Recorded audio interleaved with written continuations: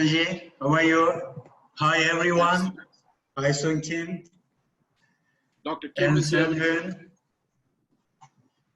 Nice to see you again. Yes, pleasure. Please yes, start we used to your excellent organization. I'm so happy to be part of your excellent organization again. Thank you. Thank you because so of, much. Pandemic, you know, otherwise maybe we would be in Turkey for international UBE meeting, but it's okay. Yes, it's a changed world. It's a changed world. Yeah. Welcome, sir. Please start with your screen sharing, sir. Okay. We're all waiting to hear you.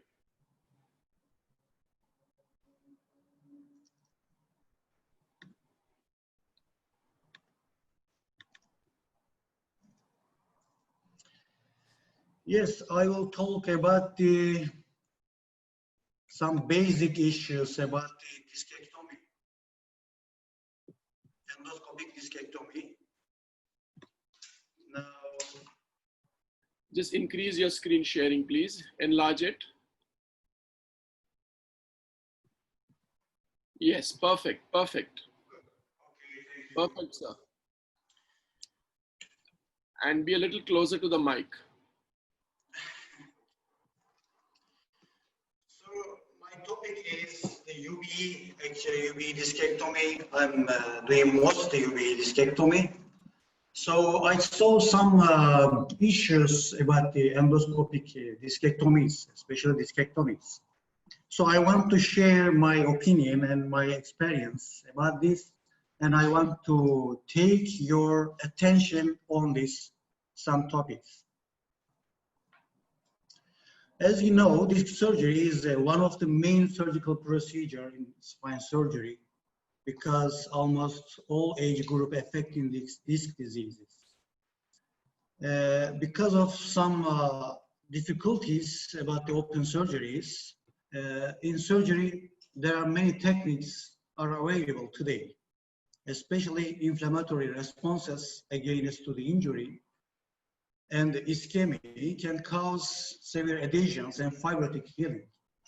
After this surgery, reherniation is the bigger challenge for spine surgery every time. To get good results because of this, to get good result is in treatment is difficult because of unique biomechanical and anatomical properties of intervertebral disc. So we believe that the surgery should have less footprint on the surgical areas. So the question is which technique is have less footprint on the operating field, and how can we achieve this? As I said before, because of some problems on the open surgeries, the endoscopic surgery in the podium currently, and most of surgeons believe that the endoscopic surgery has less causes less fibrosis because of less footprint.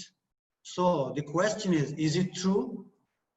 If is it true, which technique is achieve this? We know that naturally the transforaminal approaches has less fibrotic effect than posterior. As most of all you know, there are some the adhesions can be seen in the different locations. Dura phleum and the surrounding tissues, dura phleum, etc. If we look at this according to the technique in tubular and the microsurgery, we will see the dura phleum and surround tissue adhesions and the fibrotic healing. And also we will see the dura bone, dura disc, nerve root bone, and nerve root phleum. In interlaminar endoscopy, phleum and surround tissue fibrosis can be seen, and also dura phleum, dura bone, dura disc, and nerve root bone and phleum. in transforaminal, naturally less fibrotic tissue formation can be seen. Why this fibrotic healing is important? Because of after surgery, we will see that about 28% to 2% reherniation. The literature showing us, and more than 50% of reherniated cases require surgery. Let's see these videos. You see here is the open surgery and the posterior interlaminar surgery and the transforaminal surgery. As you see here, in open surgery, onions to the outside and inside compartment of the operating field. But in posterior endoscopic approach, separated to the operating field inside the canal and outside the canal. And also similar to the transforaminal approach. If we look at this video, this is about after microsurgery revision case. We are doing UBE revision for this case. Please take your attention. Here is the flavum and the fibrotic tissue border. There is no space between flavum and surround soft tissue, severe adhesions between the flavum and dura, severe adhesions between the dura bone, nerve root bone, and nerve root flavum. Because of this, we are doing endoscopy. After endoscopy in interlaminar flavum, we are we should define the flavum removing technique and flavum preserving technique. In flavum, in interlaminar surgery, flavum played a key role about the adhesions, but in transforaminal surgery, the epidural tissues play a key role. This is after UBE discectomy. This is another revision case. I'm doing a revision case for reherniation. If you notice that there is no severe adhesions between the flavum to surround tissues. Yes, the endoscopy, posterior endoscopic approach is working very well. Here you see there is intact flavum and no severe adhesions with the surround tissues. And the intact bone and flavum border we can see.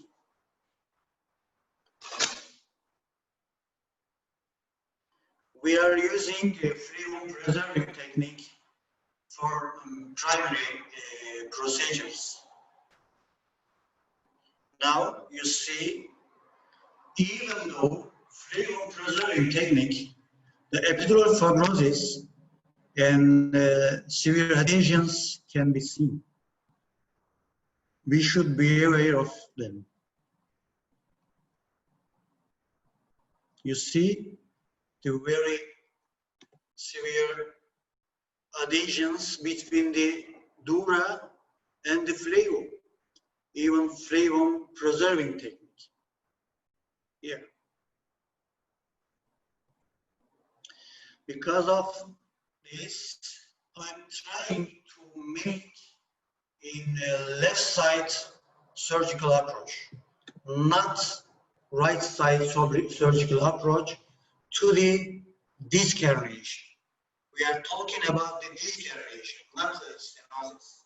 Stenosis is wholly different procedure, but disc surgery should be careful because of the reherniation possibility. So I want to show you the flavum preserving technique. First, I'm removing the superficial layer of the flavum, and I'm trying to left intact of the deep layer of the flavum. And then we are using the limited laminotomy to make pinpoint approach. I will show you what's mean pinpoint approach. Here, just sparing to the flavum without touching the flavum epidural interface. It's not necessary to touch to the flavum dura interface. Also, dura disc interface, very important. After dividing to the flavum, maybe in the future we can develop to the flavum repairing techniques, but it's not important actually. The important thing is to not touch to the flavum epidural interface.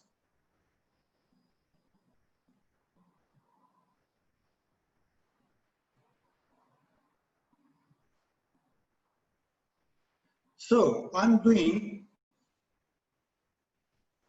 do not separate the epidural flavum interface and want to just limited flavum window and do not touch to the epidural fat pads.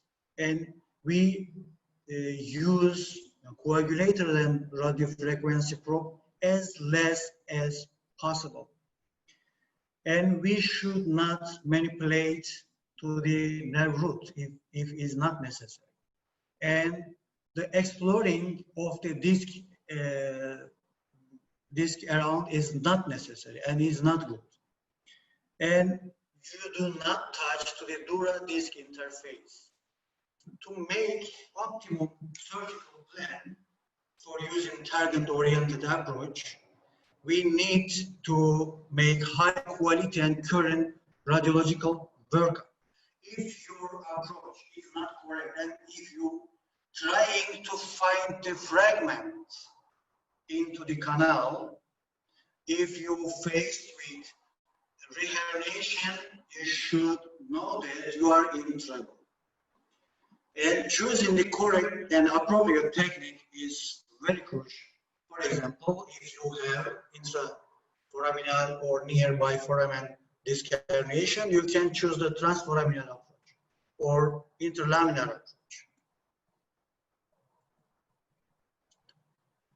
So we are trying to preserve the epidural tissues. This is previous case, my case, and I showed you the revision case. The revision case video belongs to this previous surgery. After this surgery, we faced with the reherniation and we revised, and you saw the dura and the flavum adhesions after this surgery. In conclusion, of course, the less footprint is important factor for less fibrosis formation. Endoscopic surgery has big advantages to protect to the anatomic structures, which outside of the spinal canal. But interlaminar endoscopic interventions can cause severe adhesions inside of the spinal canal. So the high quality radiological workups is crucial to establish proper surgical plan. And target-oriented approach should be done. Consider using the adhesion barrier in surgery, and in revisions, choosing the friendly tissue can provide safe surgery. Thank you for your attention.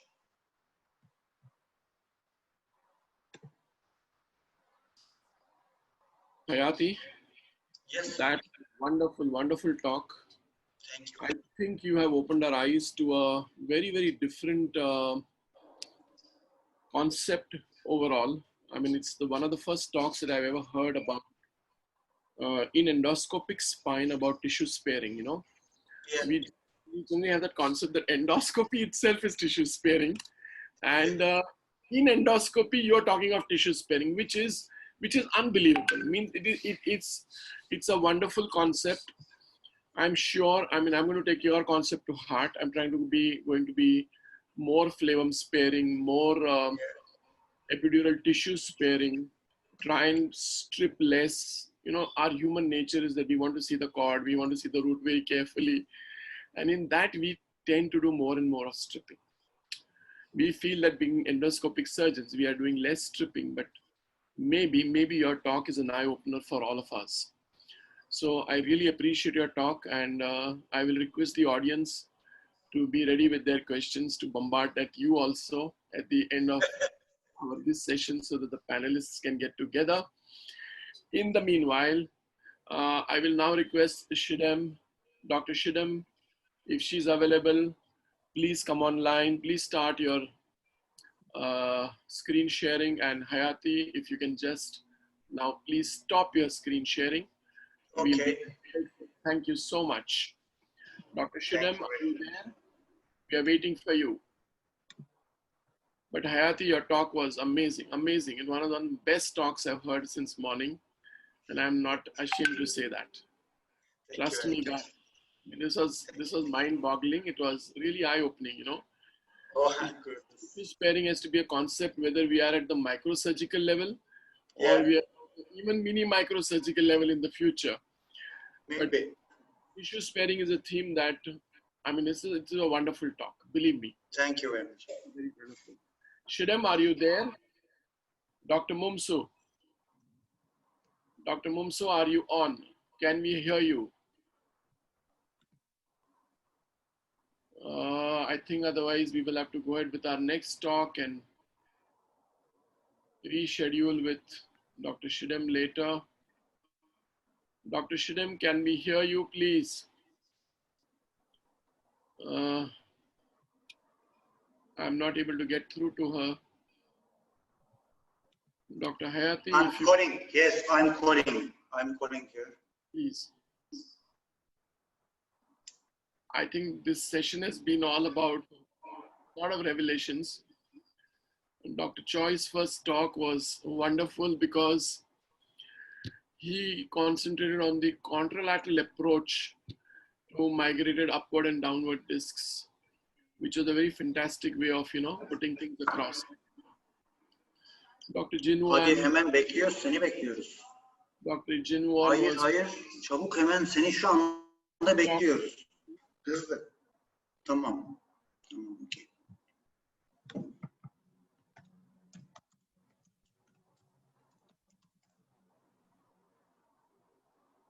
Dr. Ann's talk was amazing because She's coming.